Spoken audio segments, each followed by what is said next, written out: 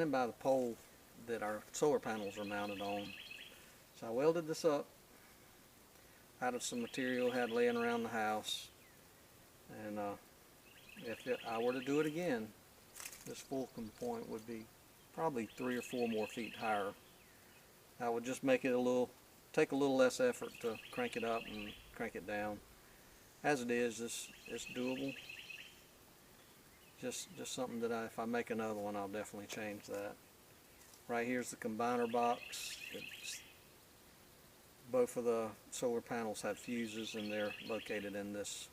And then I have a larger wire that runs from the combiner box over to the charge controller. I'll give you a view of the panels.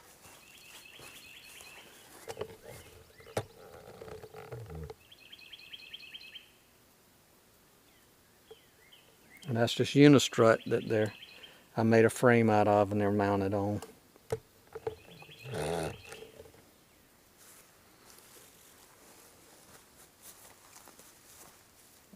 Go over here and I'll show you how we did the charge controller. It's one of the Renogy kits, so it's no fancy kit, but it gets what we need done.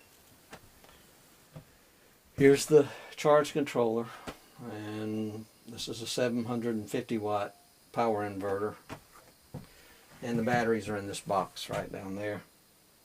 So charge controller does have a temperature sensor, so it can charge the batteries based off of the power from the solar panels and also temperature. So that's a little bit better for the batteries than your real low end chargers. It's set up to 12 volts. So all of our lighting is a 12 volt LED like you'd have in an RV. And then we have 120 volt outlets just like you'd see in a normal house, spaced out. And they're powered up by the inverter. We do have 2 outlets that are tied straight to the generator, and the only time they're powered is if the generator's running, and that's for hot days like today. If I was going to be in the cabin, I would have the air conditioning running. So we'll go inside and look at the meter that I have. It shows the voltage and the amperage draw on the batteries, so we can kind of keep up with what the voltage of the batteries are and how much load we have on them. So there's the meter. I purchased it off of Amazon, and let's see how many people can figure out what that I have it mounted in. So that's volts and amps.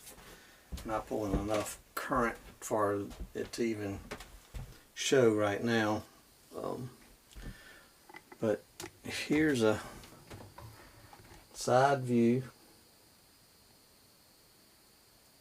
Let's see how many people can figure out what that is. Well, that's it for today. If you like this video, please hit a thumbs up. If you'd like to see more, hit subscribe and click on the bell. Thanks for watching.